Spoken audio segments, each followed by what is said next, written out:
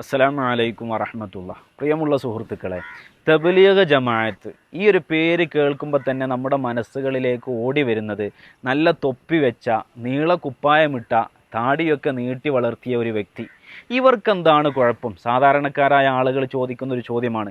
ഇവർ ബിദ്അത്തിൻ്റെ ആളുകൾ തന്നെയാണോ? ഇവർക്ക് വല്ല പ്രശ്നവുമുണ്ടോ എന്ന് സാധാരണക്കാരായ ആളുകൾ ഇവരുടെ വേഷം കണ്ട് ചോദിക്കുമ്പോൾ തീർച്ചയായിട്ടും നമ്മൾ ഇവരെക്കുറിച്ചൊന്ന് പഠിക്കൽ അനിവാര്യമാണ്. കാരണം ഒരാളുടെ വേഷം നന്നായി എന്നതുകൊണ്ട് അവൻ്റെ ആശയം നന്നായി കൊള്ളണമെന്നില്ല. അതല്ലെങ്കിൽ ഒരാളുടെ വേഷം നന്നായി എന്നതുകൊണ്ട് അവൻ ബിദ്അത്തുകാരനല്ല എന്ന് പറയാനും കഴിയില്ല. ആയതുകൊണ്ട് തന്നെ ഈ തബ്ലീഗ് ജമാഅത്തിന് എന്താണ് പ്രശ്നം, അവർക്ക് വല്ല കുഴപ്പവുമുണ്ടോ എന്ന ഈ ഒരു വിഷയം നമ്മൾ ചർച്ച ചെയ്യുമ്പോൾ 1950കളിലാണ് നമ്മുടെ കേരളത്തിലേക്ക് ഇവർ കടന്നു വരുന്നത്. 1950കളിൽ ജനങ്ങളെയൊക്കെ നിസ്കരിപ്പിക്കുക എന്ന പേര് പറഞ്ഞുകൊണ്ട് തെക്കൻ ജില്ലക്കാരനായ കാഞ്ഞാർ മൂസ മൗലവിയും അനുയായികളുമാണ് ഉത്തർപ്രദേശിലെ ദയൂബന്തിൽ മാത്രം ഒതുങ്ങിക്കൂടിയിരുന്ന ഈ ഒരു പ്രസ്ഥാനത്തിനെ നമ്മുടെ കേരളത്തിലേക്ക് കൊണ്ടുവരുന്നത്. 1950കളിൽ ഇവർ കടന്നു വന്നപ്പോൾ മഹാന്മാരായ ഉലമാ, മഹാന്മാരായ കേരളീയ പണ്ഡിതന്മാർ ഇവരെക്കുറിച്ച് 1965കളിൽ തീരുമാനമെടുത്തിട്ടുണ്ട്. കാരണം ഇവരുടെ പുസ്തകങ്ങളും കിതാബുകളൊക്കെ പരിശോധിച്ച് ഇവരും നമ്മുടെ നാടുകളിലുള്ള മുജാഹിദ്, ജമാഅത്തെ ഇസ്ലാമി പോലത്തെ പുത്തൻ വാദികൾ തന്നെയാണ് എന്ന് മഹാന്മാരായ ഉലമാക്കൾ ഇവരെക്കുറിച്ച് തീരുമാനമെടുക്കുകയാണ്. അതുകൊണ്ട് തന്നെ ആ ഒരു കാലത്തുള്ള ചന്ദ്രിക നോക്കിയാൽ നമുക്കത് കാണാൻ കഴിയും. 1965 ചന്ദ്രിക നവംബർ മാസം 10-ാം തീയതിയിലുള്ള ചന്ദ്രികയിൽ അത് ജനങ്ങളിലേക്ക് അറിയിപ്പ് കൊടുക്കുകയും ചെയ്തിട്ടുണ്ട്. മാത്രവുമല്ല, ആ കാലഘട്ടത്തിൽ 2 സംവാദങ്ങൾ ഇവരുമായിട്ട് നടത്തി നമ്മുടെ ഉലമാക്കൾ നടത്തുകയും ചെയ്തിട്ടുണ്ട്. അതുകൊണ്ട് തന്നെ ഇവർ തനിച്ച ബിദ്അത്തിൻ്റെ ആളുകൾ തന്നെയാണ് എന്നത് മഹാന്മാരായ ഉലമാക്കൾ തീരുമാനമെടുത്തിട്ടുണ്ട്. മാത്രവുമല്ല, ഇവരുടെ നേതാക്കൾ എഴുതിയ പുസ്തകങ്ങൾ തനിച്ച ബിദ്അത്തിൻ്റെ ആശയങ്ങൾ പറയുന്ന പുസ്തകങ്ങളാണ്. ഇവരെ സിറാത്തെ മുസ്തഖീമാണെങ്കിലും അൽ ബറായിനുൽ ഖാത്തിയയാണെങ്കിലും ഫതാവ റഷീദിയാണെങ്കിലും ഏതെടുത്ത് പരിശോധിച്ചാലും നമ്മുടെ നാടുകളിലുള്ള മുജാഹിദ്, ജമാഅത്തെ ഇസ്ലാമി പോലത്തെ പുത്തൻ പ്രസ്ഥാനക്കാർ എന്താണോ പറയുന്നത് അതിനേക്കാളും ഒന്ന് മുൻകടന്നുകൊണ്ട് ഇവർ പറയുന്ന ഓരോരോ ആശയങ്ങൾ, തനിച്ച ബിദ്അത്തിൻ്റെ ആശയങ്ങൾ ഇവർ പറയുന്നുണ്ട്. നബിദിനമായാലും മഹാന്മാരായ ഔലിയാക്കളെക്കുറിച്ച്, അമ്പിയാക്കളെക്കുറിച്ച്, അല്ലാഹു സുബ്ഹാനഹു വ തആലയെക്കുറിച്ചുള്ള വിശ്വാസം പോലും ഇവരുടെ ആ കിതാബുകളിൽ രേഖപ്പെടുത്തിയത് നമ്മൾ കാണുന്ന സമയത്ത് തീർച്ചയായിട്ടും ഇവർ ബിദ്അത്തിൻ്റെ കക്ഷികളല്ല, അതിനേക്കാളും ഒന്ന് മുൻകടന്ന വിഭാഗമാണ് എന്നത് തീർച്ചയായിട്ടും നമുക്ക് മനസ്സിലാക്കാൻ കഴിയും. ഏതൊരു പ്രസ്ഥാനത്തിൻ്റെയും നേതാക്കളെക്കുറിച്ച് നമ്മളൊന്ന് പഠിച്ചു മനസ്സിലാക്കുമ്പോൾ തന്നെ എന്താണ് ആ പ്രസ്ഥാനത്തിൻ്റെ അടിസ്ഥാനമെന്ന് നമുക്ക് മനസ്സിലാക്കാം. ആദ്യമായിട്ട് തബ്ലീഗ് ജമാഅത്തിൻ്റെ നേതാക്കളായിട്ട് നമ്മൾ പരിചയപ്പെട്ടിട്ടുള്ള ആളുകളാണ് മുഹമ്മദ് ഇസ്മായിൽ അദ്ദഹ്ലവി, മറ്റൊന്നാണ് ഇല്യാസ് കാന്തലവി, അഷ്റഫ് അലി താനവി, റഷീദ് അഹമ്മദ് ഗംഗോഹി, ഖലീൽ അംബേട്ടവി. ഇവരെയൊക്കെ കുറിച്ച് നമ്മളൊന്ന് മനസ്സിലാക്കുമ്പോൾ തബ്ലീഗ് ജമാഅത്തിൻ്റെ സ്ഥാപകനായിട്ട് കേരളത്തിൻ്റെ തബ്ലീഗിൻ്റെ നേതാവാകുന്ന കാഞ്ഞാർ മൂസ മൗലാന പറഞ്ഞതുപോലെ ഇല്യാസ് അദ്ദഹ്ലവിയെക്കുറിച്ച് നമ്മളൊന്ന് പഠിക്കുമ്പോൾ അദ്ദേഹത്തിന് പ്രത്യേകിച്ച് ഗ്രന്ഥങ്ങളൊന്നും ഇസ്ലാമിക ലോകത്തേക്ക് സംഭാവന ചെയ്യാൻ കഴിഞ്ഞിട്ടില്ല. ഇബ്നു അബ്ദുൽ വഹാബിനെ പോലെ അദ്ദേഹവും ഗ്രന്ഥരചനയിൽ പിന്നോട്ടാണ്. മറിച്ച് അദ്ദേഹത്തിൻ്റെ സംസാരങ്ങൾ, വാമൊഴികളെല്ലാം ഒരുമിച്ച് കൂട്ടിക്കൊണ്ട് മൻസൂർ നുഅ്മാനി മൽഫൂലാത്ത് എന്ന് പറയുന്ന ഒരു ഗ്രന്ഥം എഴുതിയിട്ടുണ്ട്. അതേപോലെ അദ്ദേഹം എഴുതിയ മക്തൂബാത്തുകൾ അഥവാ കത്തുകൾ അതെല്ലാം ക്രോഡീകരിച്ചുകൊണ്ട് അബുൽ ഹസൻ നദ്വിയും മക്കാത്തിബ് എന്ന പേരിൽ ഒരു ഗ്രന്ഥം ക്രോഡീകരിച്ചിട്ടുണ്ട്. ഇതല്ലാതെ അദ്ദേഹം ഇസ്ലാമിക ലോകത്ത് യാതൊരുവിധ സംഭാവനകളും ചെയ്തതായിട്ട് കാണുന്നില്ല. അദ്ദേഹം പറയുന്നുണ്ട്, ചില ആളുകളുടെയൊക്കെ വിചാരം ഇത് ആളുകളെ നിസ്കരിപ്പിക്കാനുള്ള പാർട്ടി എന്നാണ്. ഞാൻ സത്യം ചെയ്തു പറയുന്നു, ഇത് പുതിയൊരു പാർട്ടിയാണ് എന്ന് അദ്ദേഹത്തിൻ്റെ വാക്ക് പിൽക്കാലത്ത് വന്ന അദ്ദേഹത്തിൻ്റെ ശിഷ്യൻ മുഹമ്മദ് ഹസൻ അലി നദ്വി അദ്ദേഹത്തിൻ്റെ ദീനി ദഅവത്ത് എന്ന് പറയുന്ന ഗ്രന്ഥത്തിൽ കൃത്യമായി പറയുന്നുണ്ട്. രണ്ടാമതായിട്ട് നമ്മൾ പരിശോധിക്കുകയാണെങ്കിൽ റഷീദ് അഹമ്മദ് ഗംഗോഹി, അദ്ദേഹത്തിൻ്റെ ഫതാവ റഷീദിയിൽ വികലമായ ഒരുപാട് വിശ്വാസ വൈകല്യങ്ങൾ നമുക്ക് വായിക്കാൻ കഴിയും. പ്രത്യേകിച്ച് പറയുകയാണെങ്കിൽ അദ്ദേഹം ഈ വഹാബികളെക്കുറിച്ച് അദ്ദേഹത്തോട് ചോദിച്ചപ്പോൾ അദ്ദേഹം പറയുന്നത് ഇബ്നു അബ്ദുൽ വഹാബിൻ്റെ പിൻഗാമികളും അവിടുത്തെ ശിഷ്യന്മാരുമാണ് വഹാബികൾ അഥവാ നമ്മുടെ നാട്ടിലെ മുജാഹിദുകൾ എന്ന് പറയുന്ന വിഭാഗം. അവരെക്കുറിച്ച് പറയുന്ന കൃതിയുടെ അറബി ഗ്രന്ഥത്തിൽ എഴുതി കൊടുത്തത് ഹും വ അത്ബഅഹു സ്വാലിഹൂൻ, അവരെല്ലാവരും സ്വാലിഹീങ്ങളാണ് എന്നാണ് പറഞ്ഞിട്ടുള്ളത്.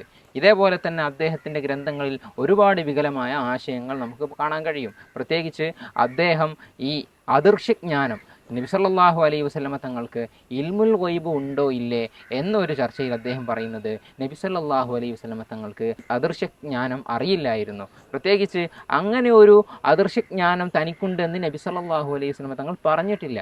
അങ്ങനെ വിശ്വസിച്ചാൽ അവർ ഷിർക്കിലാണ് എന്നാണ് അദ്ദേഹം പറയുന്നത്. ഇതേ ആശയം തന്നെ നബി സല്ലല്ലാഹു അലൈഹി വസല്ലമ തങ്ങൾക്ക് അദൃശ്യജ്ഞാനം ഇല്ല, അങ്ങനെയുള്ള അദൃശ്യജ്ഞാനം മറ്റുള്ള മനുഷ്യർക്കെല്ലാവർക്കുമുണ്ട്, സെയ്ദിനും അംറിനും കാളക്കും ഭ്രാന്തന്മാർക്കുമുണ്ട്, അതുകൊണ്ട് റസൂലുള്ളാഹിക്ക് പ്രത്യേകതകളൊന്നുമില്ല എന്ന് തബ്ലീഗിൻ്റെ മറ്റൊരു നേതാവായ അഷ്റഫ് അലി ഥാനവി അദ്ദേഹത്തിൻ്റെ ഗ്രന്ഥമാകുന്ന ഹിഫ്ലുൽ ഈമാൻ എന്ന് പറയുന്ന ഗ്രന്ഥത്തിൽ പറയുന്നുണ്ട്. ഇങ്ങനെയാണ് അവരുടെ നേതാക്കന്മാരുടെ മുഴുവനും അവസ്ഥ. ഇനി മറ്റൊരാളാണ് ഖലീൽ അഹമ്മദ് അംബേട്ടവി. അദ്ദേഹത്തിൻ്റെ ഒരു പുസ്തകമാണ് തഹ്ദീറുന്നാസ്. ആ ഗ്രന്ഥത്തിൽ പറയുന്നത് ഖുർആനിൻ്റെ നസ്സിനോട് വരെ വികലമായിട്ടുള്ള വർത്തമാനമാണ്. സൂറത്തുൽ അഹ്സാബിൻ്റെ 40-ാമത്തെ വചനം, മാക്കാന മുഹമ്മദുൻ അബാ അഹദിൻ മിൻ റിജാലിക്കും വലാകിർ റസൂലുള്ളാഹി വഖാതമൻ നബിയ്യീൻ. അന്ത്യപ്രവാചകർ നബി സല്ലല്ലാഹു അലൈഹി വസല്ലമ തങ്ങൾ എന്ന് നമ്മൾ കേട്ടുപഠിച്ചവരാ. റസൂലുള്ളാഹിക്ക് ശേഷം പ്രവാചകത്വമില്ല. എന്നാൽ ഇസ്മായിൽ എന്ന് പറയുന്ന തബ്ലീഗ് പ്രസ്ഥാനത്തിൻ്റെ സ്ഥാപക നേതാവ്, അദ്ദേഹം ഒരു പ്രവാചകനാണെന്നും അദ്ദേഹത്തിന് സ്വപ്നത്തിലൂടെ വഹി ലഭിക്കുന്നുണ്ടെന്നും അങ്ങനെ വിശ്വസിക്കൽ ഖാതമുൻ നുബുവത്തിന് എതിരല്ല എന്നുമാണ് ഇദ്ദേഹം തൻ്റെ ഗ്രന്ഥത്തിൽ എഴുതി വെക്കുന്നത്. ഇതുപോലെയുള്ള വികലമായ ആശയങ്ങൾ ഒരുപാട് നമുക്ക് കാണാൻ കഴിയും. ഖലീൽ അഹമ്മദ് സഹാറംപൂടിയാണ് ഇവരുടെ മറ്റൊരു നേതാവ്. അദ്ദേഹത്തിൻ്റെ പുസ്തകത്തിൽ പ്രസ്താവിച്ചൊരു കാര്യം വേദനാജനകമാണ്. നബി സല്ലല്ലാഹു അലൈഹി വസല്ലമ തങ്ങൾ കേൾക്കുമെന്ന വിശ്വാസത്തോടുകൂടെ ഒരാൾ അസ്സലാമു അലൈക അയ്യുഹൻ നബി എന്ന് നിസ്കാരത്തിൽ പറഞ്ഞാൽ അത് ഷിർക്കാണ് എന്നാണ് അദ്ദേഹം പറയുന്നത്. സുബ്ഹാനല്ലാഹ്, എത്ര വലിയ ആശയവൈകല്യമാണ് ഇവരിൽ ഉണ്ടായിട്ടുള്ളത്. ഇങ്ങനെ ഓരോ നേതാക്കന്മാരെയും നമ്മൾ പരിശോധിക്കുകയാണെങ്കിൽ, പ്രത്യേകിച്ച് അവരുടെ ആശയ സ്രോതസ്സാകുന്ന ഇസ്മായിൽ അദ്ദഹ്ലവിയുടെ സിറാത്തെ മുസ്തഖീം എന്ന് പറയുന്ന ഗ്രന്ഥമാണ് നമ്മുടെ കയ്യിലുള്ളത്. അതിലുള്ളതൊന്ന് നമുക്ക് കേട്ടു നോക്കാം. ആ സിറാത്തെ മുസ്തഖീമാണ് എൻ്റെ കയ്യിലുള്ളത്. ഇതിൻ്റെ 167-ാമത്തെ പേജ് നമ്മൾ നോക്കിയാൽ വളരെ വ്യക്തമായിട്ട് ഇവർ രേഖപ്പെടുത്തിയിട്ടുണ്ട്. ഹബീബായ റസൂലുള്ളാഹി സ്വല്ലല്ലാഹു അലൈഹി വസല്ലമ തങ്ങൾ അടക്കമുള്ള അമ്പിയാക്കളെ നിസ്കാരത്തിൽ ഓർക്കൽ, അത് തൻ്റെ അപ്പിനെ ബേൽ ഔർ ഗദ്ദേക്കി സൂറത്ത് മേ മുസ്തഹരിക്കു ഹൊനാസെ ബുറാഹെ, തൻ്റെ കാളയെയും കഴുതയെയും ഓർക്കുന്നതിനേക്കാളും മോശമാണ് എന്ന് വളരെ വ്യക്തമായിട്ട് ഉറുദുവിൽ ഇവർ രേഖപ്പെടുത്തിയിട്ടുണ്ട് ഇവരുടെ ഈ സിറാത്തെ മുസ്തഖീമിൽ. അതുകൊണ്ട് തന്നെ ഹബീബായ റസൂലുള്ളാഹി സ്വല്ലല്ലാഹു അലൈഹി വസല്ലമ തങ്ങൾ ഓർക്കാൻ പറ്റില്ല എന്ന് വ്യക്തമായിട്ട് ഇവർ രേഖപ്പെടുത്തിയതാണ്. ഇമാമിങ്ങളുടെ കിതാബുകൾ എടുത്ത് പരിശോധിച്ചാൽ നമുക്ക് കാണാൻ കഴിയും. മഹാനായ ഇമാം ഗസാലി റഹിമഹുല്ല അടക്കമുള്ള പണ്ഡിതന്മാരൊക്കെ വ്യക്തമായിട്ട് രേഖപ്പെടുത്തിയിട്ടുണ്ട്.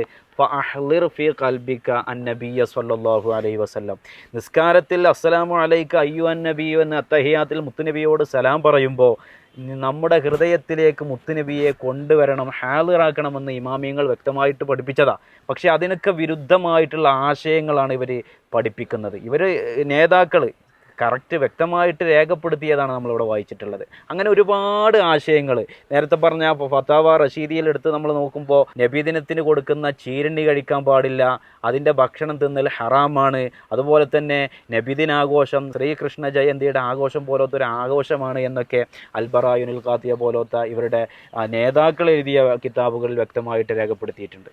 ഇതേ സിറാത്തെ മുസ്തഖീം എന്ന് പറയുന്ന ഗ്രന്ഥം എഴുതിയ രചയിതാവിന് തഖ്വിയത്തുൽ ഈമാൻ എന്ന് പറയുന്ന ഒരു ഗ്രന്ഥം കൂടിയുണ്ട്. അതിലും ഇതേപോലെയുള്ള ആശയ വൈരുദ്ധ്യങ്ങളും വികൃതങ്ങളും നമുക്ക് കാണാൻ കഴിയും. പ്രത്യേകിച്ച് അലാ ഹസ്രത്ത് റഹിമഹുല്ല നമ്മളിപ്പോൾ സ്മരിക്കേണ്ട ഒരു വലിയ മഹാനാണ്. ഉത്തരേന്ത്യയിൽ ഇവരുടെ പ്രസ്ഥാനത്തിൻ്റെ ചരട് മുറിച്ച മുളയിലെ നുള്ളിക്കളഞ്ഞ ഒരു മഹാപണ്ഡിതൻ മഹാനവറുകൾ അഹമ്മദ് റസാ ഖാൻ ബരേൽവി. ഈ വിഭാഗത്തിനെതിരെ ശക്തിയുക്തം മുന്നോട്ട് വന്ന സമയത്ത് അഹമ്മദ് റസാ ഖാൻ ബരേൽവി തങ്ങൾ ഷിയ കക്ഷിയാണ്, ഷിയഈ പക്ഷക്കാരനാണ് എന്ന് പറഞ്ഞുകൊണ്ട് ആളുകളെ തെറ്റിദ്ധരിപ്പിച്ചു. നിങ്ങൾ മനസ്സിലാക്കണം, അഹമ്മദ് റസാ ഖാൻ ബരേൽവി ഷിയാക്കൾക്കെതിരെ 20ഓളം ഗ്രന്ഥങ്ങൾ രചിച്ച വലിയ മഹാപണ്ഡിതനാണ്. ചുരുക്കി പറഞ്ഞാൽ തെറ്റിദ്ധരിപ്പിക്കുന്ന ഒരു പ്രസ്ഥാനമായിട്ടാണ് തബ്ലീഗ് ജമാഅത്ത് നമ്മൾ മനസ്സിലാക്കേണ്ടത്. നേരിൽ കാണുമ്പോൾ ഒരു സുന്നിയുടെ വേഷമണിഞ്ഞുകൊണ്ട് ആട്ടുംതോൽ അണിഞ്ഞ ചെന്നായക്കൂട്ടം എന്നൊക്കെ പറയുന്ന പോലെ ജനങ്ങളെ കബളിപ്പിക്കുന്ന കാപ്പട്യത്തിൻ്റെ ആളുകളാണ്. അതുകൊണ്ടാണ് നേരത്തെ പറഞ്ഞത് പ്രകാരം സമസ്തയിൽ ഇവിഷയവുമായി കുത്തുബി ഉസ്താദ് ചോദ്യം ഉന്നയിച്ച സമയത്ത് നൂറുൽ ഉലമ MA ഉസ്താദും കോട്ടുമല അബൂബക്കർ ഉസ്താദും തുടങ്ങിയിട്ടുള്ള താജുൽ ഉലമ ഉള്ളാൾ തങ്ങളടക്കമുള്ള ഒരു പ്രത്യേക സമിതി ഇവരെക്കുറിച്ച് അന്വേഷിച്ച് ജനങ്ങളോട് ഇവരുടെ ഇവരുടെ വിഷയത്തിൽ സമസ്ത തീരുമാനം പറയുന്നതിന് മുമ്പ് ഇവരുടെ കേരള നേതാവാകുന്ന കാഞ്ഞാർ മൂസ മൗലാനക്ക് രജിസ്റ്റേർഡ് ലെറ്റർ അയച്ചു സമസ്ത, നിങ്ങൾ വരൂ നമുക്കൊന്ന് മുഖാമുഖം ഇരുന്ന് സംസാരിക്കാം. അദ്ദേഹം ഒഴിഞ്ഞുമാറി. അദ്ദേഹം പറഞ്ഞത് വടക്കേ ഇന്ത്യയിലെ പണ്ഡിതന്മാരോട് നിങ്ങൾ സംസാരിക്കൂ. സമസ്ത ഇവർക്കെതിരിൽ വടകരയിൽ ഒരു വലിയ മുഖാമുഖം സംഘടിപ്പിച്ചിട്ടുണ്ടായിരുന്നു. അന്ന് അവിടെ എത്തിയിട്ടുണ്ടായിരുന്ന മോങ്ങം കുഞ്ഞബ്ദുള്ള മൗലവി, നൂഹ് മൗലവി, അബുൽ ഖൈർ മൗലവി, അഹമ്മദ് മൗലവി, ഇങ്ങനെ തബ്ലീഗിന്റെ പക്ഷത്ത് നിന്ന് വന്ന ആളുകളോട് കാന്തപുരം ഉസ്താദ് അടക്കമുള്ള ആളുകൾ ചോദ്യമുന്നയിച്ചപ്പോൾ അവർ പറഞ്ഞത് അത്തരം ആശയങ്ങളോ അതല്ലെങ്കിൽ അത്തരം ഗ്രന്ഥങ്ങളിൽ പറയുന്ന, പ്രത്യേകിച്ച് തബ്ലീഗി ദസ്തൂറുൽ അമൽ എന്ന് പറയുന്ന അങ്ങനെയുള്ള ഗ്രന്ഥങ്ങളിൽ പ്രതിപാദിക്കുന്ന യാതൊരുവിധ ആശയങ്ങളും അതല്ലെങ്കിൽ അത്തരം വാദങ്ങളൊന്നും ഞങ്ങൾക്കിപ്പോൾ ഇല്ല. മധ്യസ്ഥന്മാർ ആ മുഖാമുഖത്തിൽ ഇടപെട്ടു പറഞ്ഞു, നിങ്ങളിത് എഴുതി തരണം. അപ്പോൾ അവർ പറഞ്ഞത് ഞങ്ങൾ ഉലമാഎ ഹിന്ദ് എന്ന് പറയുന്ന പ്രസ്ഥാനത്തിൻ്റെ ആളുകളാണ് എന്ന് പറഞ്ഞ് അവിടുന്ന് തടിയൂരുകയാണ്. ചുരുക്കി പറഞ്ഞാൽ ആളുകളെ കബളിപ്പിക്കുക, ജനങ്ങളുടെ മുമ്പിൽ ഞങ്ങൾ നല്ല ആളുകളാണെന്ന് സ്ഥിരീകരിച്ചുകൊണ്ട് തുടക്കത്തിൽ ഇങ്ങനെയൊക്കെ നമ്മളോട് പെരുമാറുമെങ്കിലും ഇവരുടെ ഉള്ളിലുള്ള ആശയ വൈകൃതങ്ങളാണ് നമ്മളിപ്പോൾ കേട്ടിട്ടുള്ളത്. ഇവരുടെ നേതാക്കന്മാരുടെ ഗ്രന്ഥരചനയിൽ വന്നിട്ടുള്ള വിപത്തുകളും അപകടങ്ങളുമാണ് നമ്മളിപ്പോൾ മനസ്സിലാക്കേണ്ടത്. അതുകൊണ്ട് വേഷം നോക്കിക്കൊണ്ട് അതല്ലെങ്കിൽ രൂപം കണ്ടുകൊണ്ട് ഒരാളുടെ വിശ്വാസം നമ്മൾ മനസ്സിലാക്കാതെ പോകരുത്.